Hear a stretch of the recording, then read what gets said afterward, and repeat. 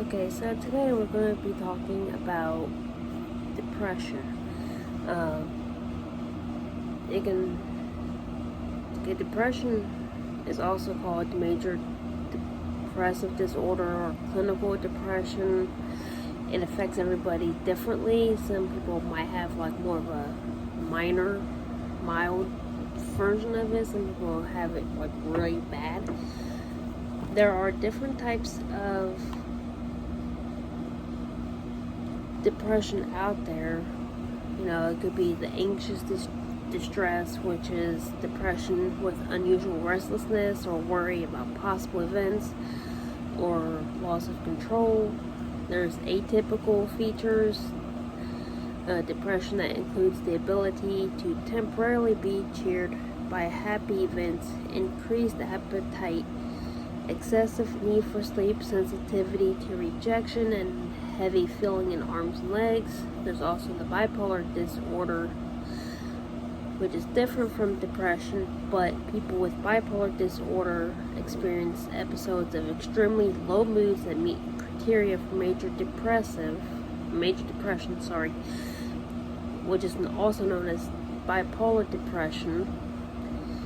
And also, people with bipolar depression also experience extreme high, which is the euphoric or irritable moods called mania, or a less severe form of hypomania.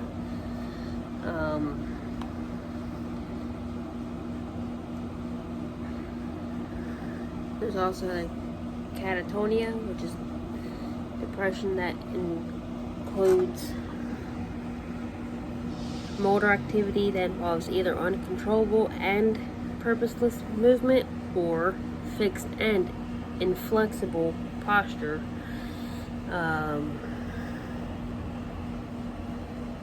There's also the peripartum onset, which is depression that occurs during pregnancy or in the weeks or months after delivery, which is postpartum.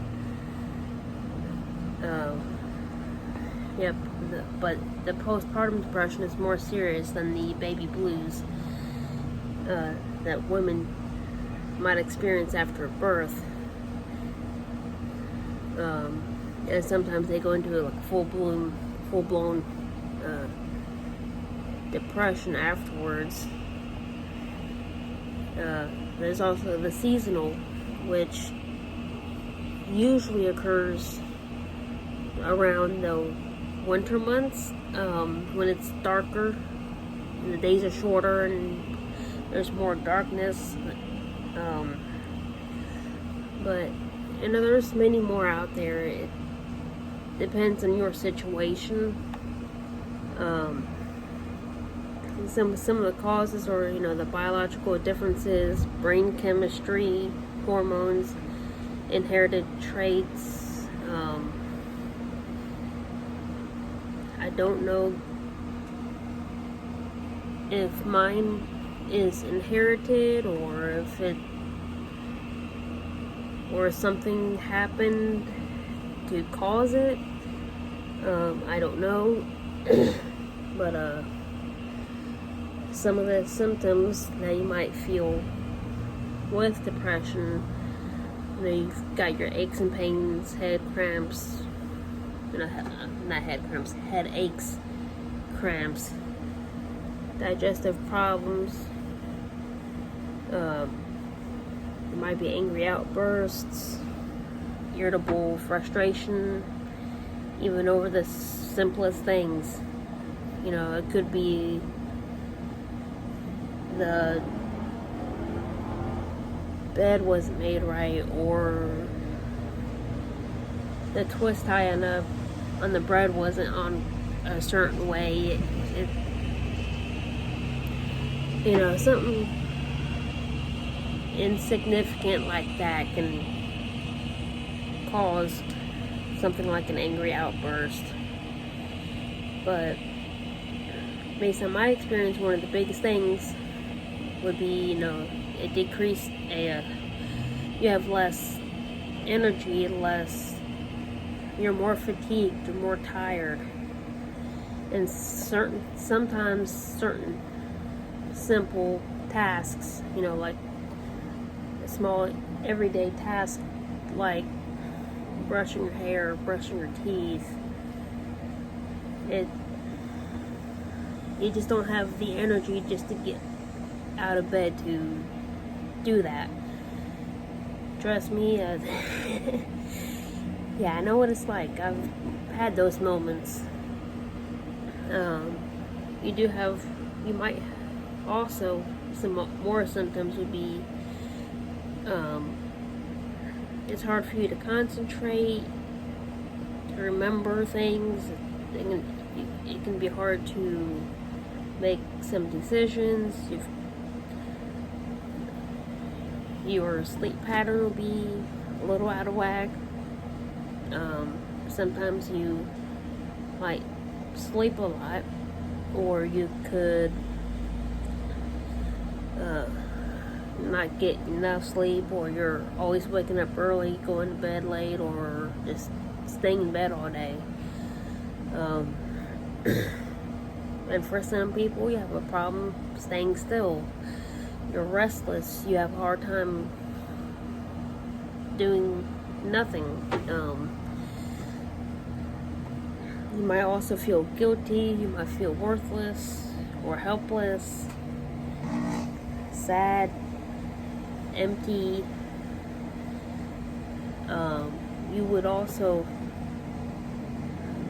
or I should say, you may also lose interest in things that you enjoy doing, like hobbies. One of the hobbies I like doing is restoration, and some of the stuff you see behind me, like this right here, I restored, and there are times I just lose interest in things to where I just don't want to do it. And I want to. Half of me saying do it, the other half is saying don't worry about it, you're just not there. You also would feel a little more slow. Your movements, the way you talk is a little slower than normal.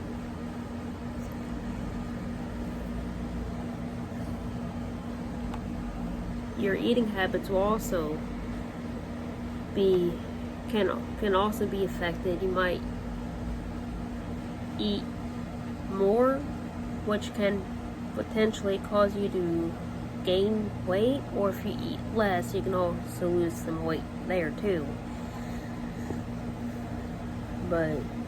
And you also may have thoughts of death or suicide, or you may attempt suicide, which I don't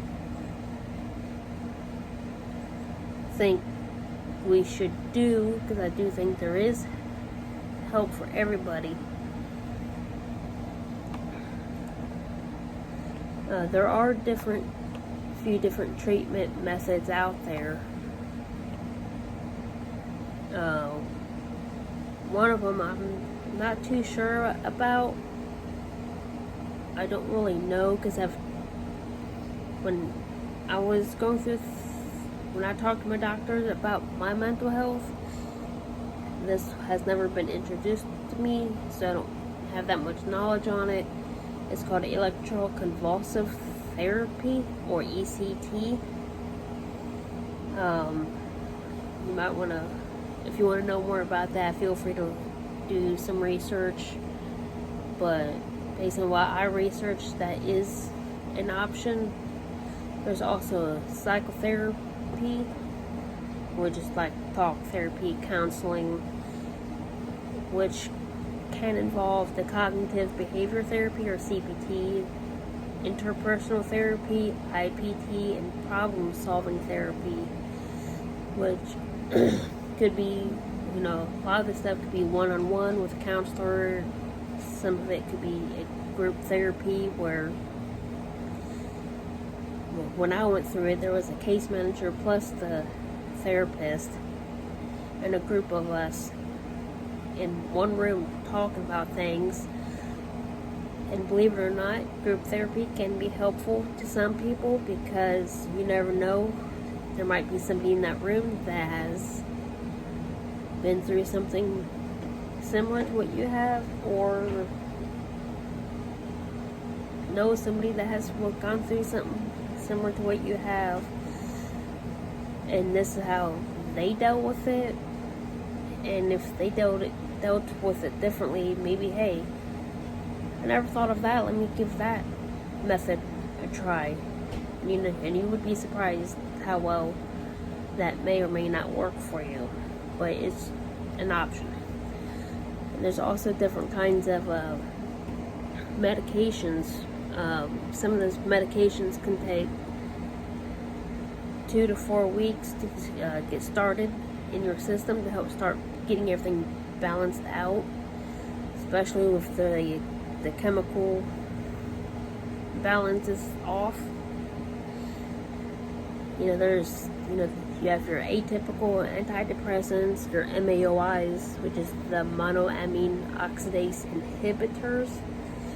There's the SSRI, the selective serotonin reuptake inhibitor. SNRI, serotonin norepinephrine reuptake inhibitor. There's also the tricyclic antidepressants. I would recommend trying to do one-on-one counseling, talk to your doctor, try group therapy first, and so that way you can learn different techniques and how to help you figure out what's what and how to work through it, whether it would be when you're not talking to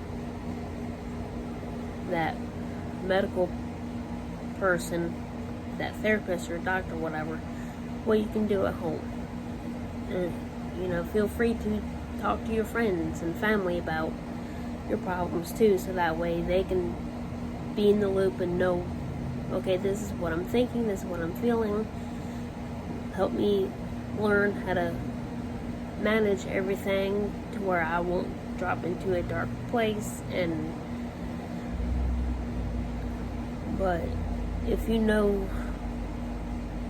that won't work as efficient by itself, then try talking to your doctor about taking a medication of some sort.